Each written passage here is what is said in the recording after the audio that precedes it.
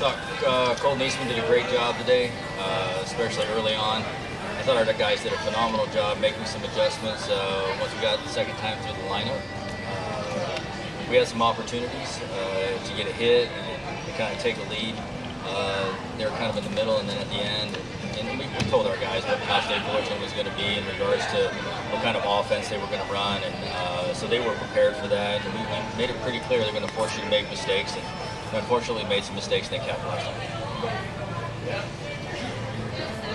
Go ahead, guys. Cody, did maybe you not have your best start from the start, or best stuff, I guess? Yeah, I had a hard time looking at fastballs, especially early in counts. It seemed like I was getting down on just about every guy that came up. Couldn't spot up that first fastball, so it puts them in a very offensive standpoint where they can sit on a pitch if they want, and curveball might not have been as sharp today, so a lot of two-strike counts, they were putting that in play. How frustrating was that in the second not to get out of it? I mean, because it looked like you had a really good double play ball. I mean, it's not frustrating. I mean, I just got to give the defense a chance to make a play, and I got to keep working ahead, and I think the guy after that got a base hit too, so I didn't work ahead, so, I mean, just got those strikes, so. Shea, for the last 6 weeks, you guys have been a very confident team. I mean, playing very well. I assume that confidence doesn't waver, right? Absolutely not.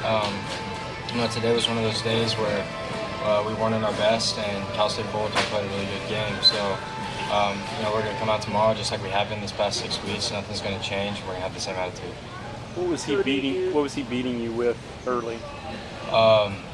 He had his curveball or slider, whatever he wants to call it. We're really working today, and for a lot of guys, we were being aggressive early on in the game, and him being able to locate that pitch was working against us, so he did a really good job with that. Cody, do you have to prepare for a team like that differently? They don't hit a lot of home runs. They're really thirsty, and does that change your approach against a team like that? Or Biggest thing today was those strikes, and struggled with that early, so they got on me pretty quickly.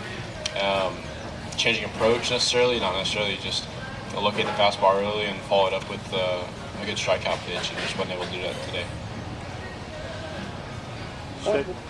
Shea, once you guys did, kind of break through against Eastman there, you had some chances at the end. I mean, you feel like that 2-out hit is still, something y'all can pick up in this region? Absolutely. All our coaches say the 2-out hit's the most important thing in the postseason, and today was just one of those days when we didn't get those hits. So, we're going to come out tomorrow, like I said, same attitude, same confidence at the plate, and we're going to get it done tomorrow. Steve, just the way that the role that you guys have been on, when you get it back to 3-2, and y'all are starting to get to him, are y'all building confidence at that? I thought we were going to win the ball. Yeah. I mean, I thought with Andy up, Davis on first, the ball he hits down the line in my head, I'm like, there it is. It's whatever it is, 6 inches a foot foul, and I have the utmost confidence in these guys. They don't stop for 9 innings, and they continue to play hard. It's a lot of fun watching them continue to compete. Even at the very beginning, all of them are wanting to succeed and just keep competing. And I thought they did a great job making adjustments. We just couldn't get the hit when we needed it. And give credit to Cal State Fullerton. They played great defense. We hit some balls hard right at people, and with guys in scoring position, they were able to make the plays. Steve, is there anything you could say to TJ? I mean, you just pat him on the back. I mean, how do you address? Obviously, he had a tough night, didn't he? I think the one thing is for sure is no matter what I tell him, he's not going to hear.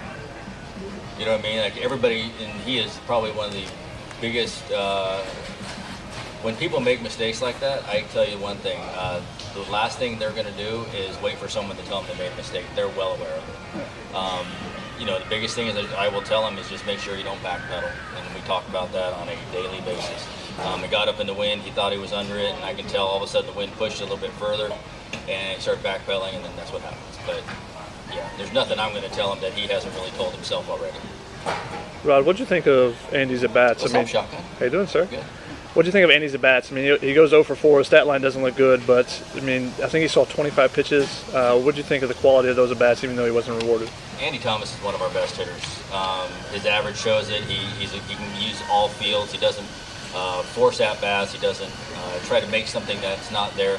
I think he does a phenomenal job. I mean, he can go 0 for 4, and sometimes I think he gets 3 hits just because of the quality of the at bats.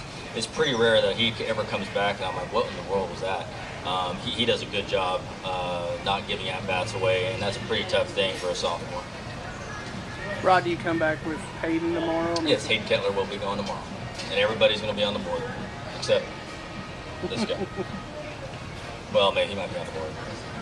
Rod, I guess how does the approach, or does it change any now? I mean, you've got a long hill to climb to get through this regional. Does it change, or is it just one game at a time? No, you go one game at a time. You get your best horses out there, you get your offense going, you put your people where they're supposed to be, then the athletes got to play. And that's the biggest thing. You win tomorrow, and then you deal with Sunday. That's the biggest thing, is you just worry about tomorrow. Sunday will take care of itself.